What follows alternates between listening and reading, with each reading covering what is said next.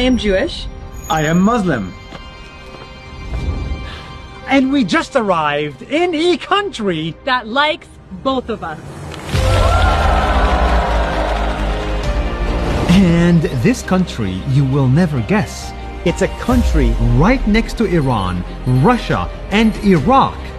It is surrounded by conflict. But because of a miracle, people in this country get along, especially Jews and Muslims.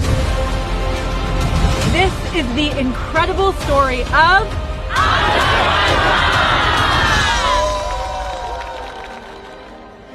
In Azerbaijan, there are more than 30,000 Jews and 10 million Muslims, living mostly in peace.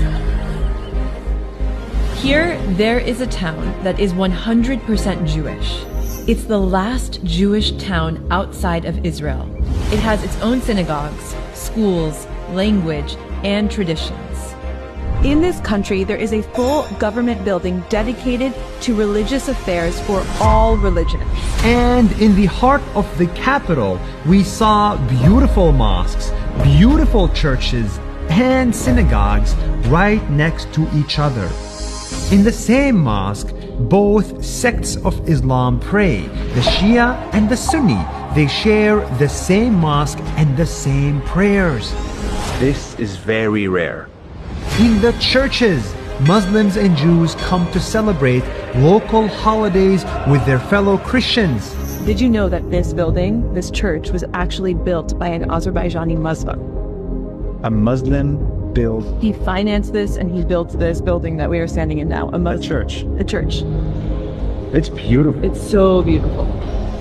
In the synagogues, rabbis practice their religion freely for thousands of years. He just had his grandson's bar mitzvah yesterday, and representatives from the Muslim and Christian community came to celebrate his grandson. There are Jewish schools in this Muslim country dedicated to helping Jewish people keep their identity and learn their language. It was even opened by the president himself. People don't just live next to each other, they also marry each other. Like this woman, who is a product of both Jews and Muslims. Hi, my name is Ayla. My mother is a Jewish, but my father is a Muslim. It's not easy, but a living experience of tolerance. It is in my body.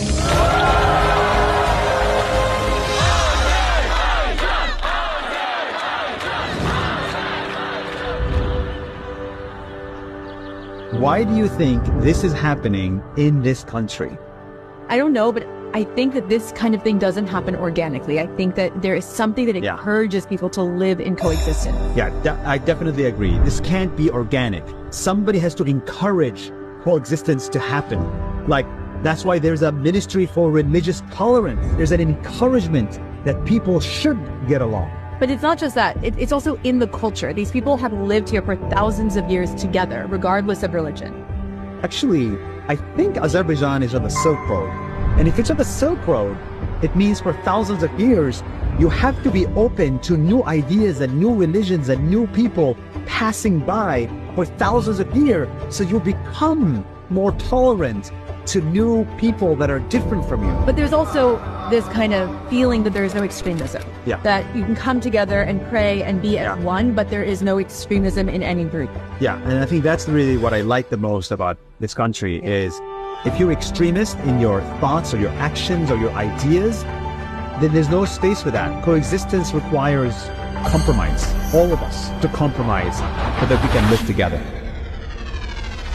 After 5 days of touring the country, meeting locals, celebrating traditions, and eating good food, we are leaving Azerbaijan excited. Because coexistence is possible.